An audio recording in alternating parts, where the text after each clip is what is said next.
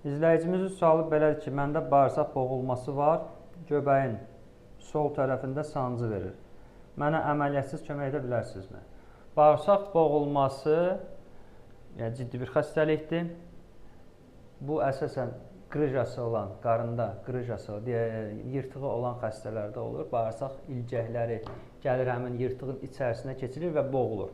Bəzən də olur, xüsusən S-vari bağırsaqda, indi pasiyentdə də sol tərəfli ağrılardan danışır. S-vari bağırsaq burulur. Belə bir boğulma verir. Bunun hər ikisi tipik cərrahi xəstəlikdir. Və ciddi xəstəlikdir. Həmin boğulma nəticəsində həmin boğulan yerdə qan təchizatı pozulur və orada nekroz, qanqrena kimi fəsadlara səbəb ola bilər. Əgər boğulmalar olan bir pasiyentdirsə, mütləq şəkildə cərraha yaxınlaşsın.